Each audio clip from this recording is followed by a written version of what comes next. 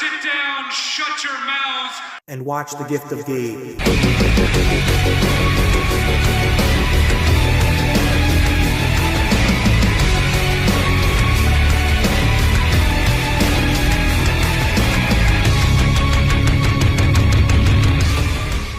Yo, party peeps, what is up? It's your boy, the best gabber in the biz. The first Dynamite on the road to Full Gear is officially in the books, and oh man, a lot of great stuff went down. So let's gab about it. First things first, let's talk about how we kicked off the show. Who's ready for story time with Adam Cole, baby?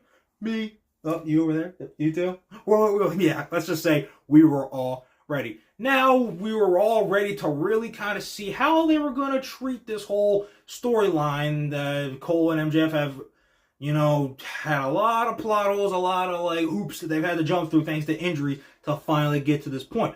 Personally, I know some people agree with me. I think they did a good job of it. Like, because Cole was straight up like, he did what I thought he was going to do. He was like, sometimes you got to fight evil by being evil. It's like, I knew MJF was a piece of shit the entire time. And I'm going to put an end to it when I get my hands on him. So, it's simple. And honestly, they're going to have the match at Full Gear. And Cole's going to win because MJF has always beaten Cole.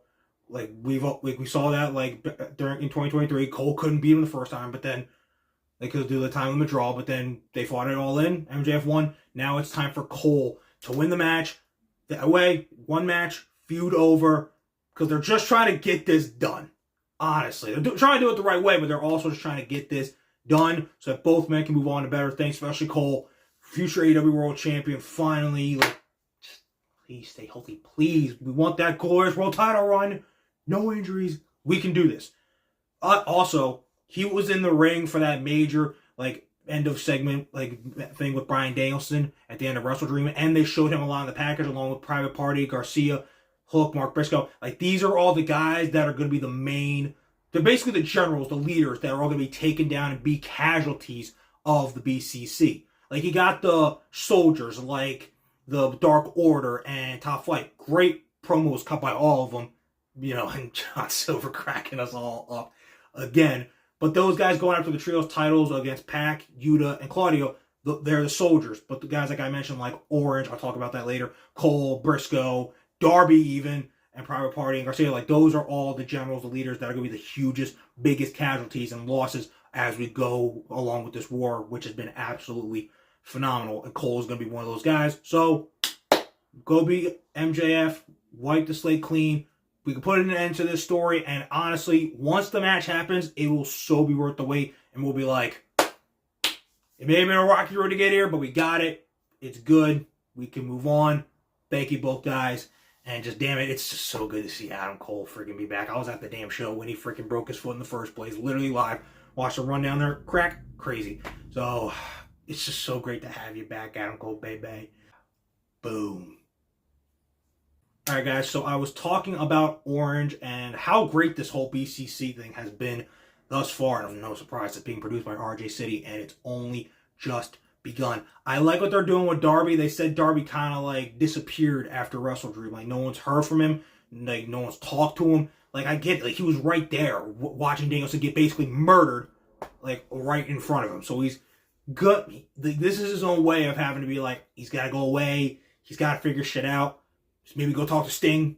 Like, so he can really understand, like, what he has to do next to finally become that guy that can beat Jon Moxley, become an AEW World Champion. Honestly, there's so many great guys that they can do with this. Like I mentioned, like Cole, Briscoe, and Garcia, like all going after Moxley in some way, shape, or form. You could incorporate even Samoa Joe and Adam Copeland, bring them back as like the veterans of this business in the AEW locker room. Like, we're going to stop this guy, and they even fall too, and it's just like brutal, vicious, and just continue to build them up.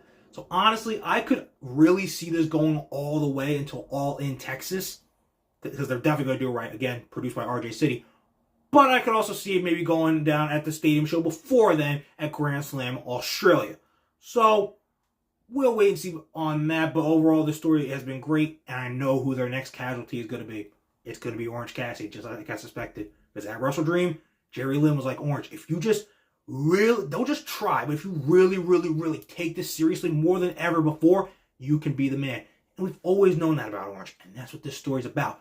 Orange hasn't been one of these guys that have been comfortable per se, but Mox knows, especially because he feuded with them, he knows Orange can be at that next level, World Championship level, just like all of us do.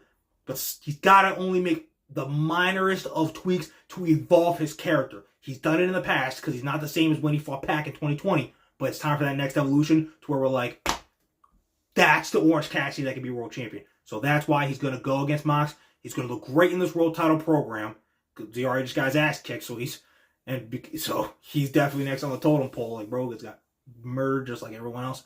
And that freaking segment, my God, it's freaking crazy. Fuck you, how dare you? But he is going to be the next guy. And after that match with Moxley, we're just going to be like, damn, dude. This is the first step. The Orange Cassidy World Championship agenda just began.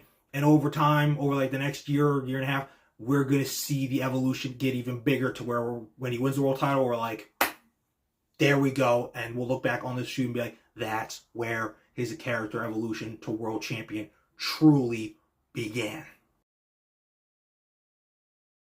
You guys, Shelton effing Benjamin. That's it. That's all I gotta say. Like, this dude, we knew it in the back of our minds, man. We're like, this dude is a veteran. Father Time has, like, given him some age and stuff like that. But Black don't crack, and neither do his wrestling skills, bro. He looked even better than he did when he was freaking hooping back in 2005, 2006. Because he wasn't just flying around the ring doing all this and that. He was doing that and just beating Lio Rush's ass. Like, that match was phenomenal. Dude, we have said this from the get-go. You look at the list. The very long list of veterans that AEW has been able to give second chances on their careers. You look at like the people like the Tony Storms, the Christian Cages, the Samoa Joes, the Bryan Danielsons. Even Adam Copeland's having a super fun run here in AEW. And then at the top of the list, friggin' Sting. Like, Shelton is going to be exactly the same, and so is Bobby. Like, he is going to be booked so well. He's going to become a singles champion here. And no BS, if they really book those two right, you saw it with the Samoa Joe reign, like, as a veteran. I can see if they build it right, to both those guys in the next, like, 5 years, there's that right there is 2, 3, 4 month AEW World Championship reigns right there. And more specifically, if that happened for Shelton, dude, just on this first match, I'm convinced that they could build that someday. In like the next 5 years, he could be one of the AEW on the annals of AEW World Champions. Oh, so again, just only like 3, 4 months. That's all I really need to be a great champion. Like, honestly, freaking Joe and Swerve showed you earlier this year. It's that easy. Like, but dude, Shelton effing Benjamin, dog. And he came up to a banger theme that had me bumping and banging. Like, dude, this Hurt Syndicate ain't gonna play. They gonna kick your asses every day. Oh, man, Hurt Syndicate don't mean freaking business, dude. Like, I ain't coming to the complaints department. I'm gonna be like, Mr. Shelton, no problem, man. Don't kick my ass. Great work. P. Soon to be Lashley.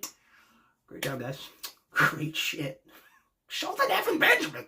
I mean, for God's sakes, I came.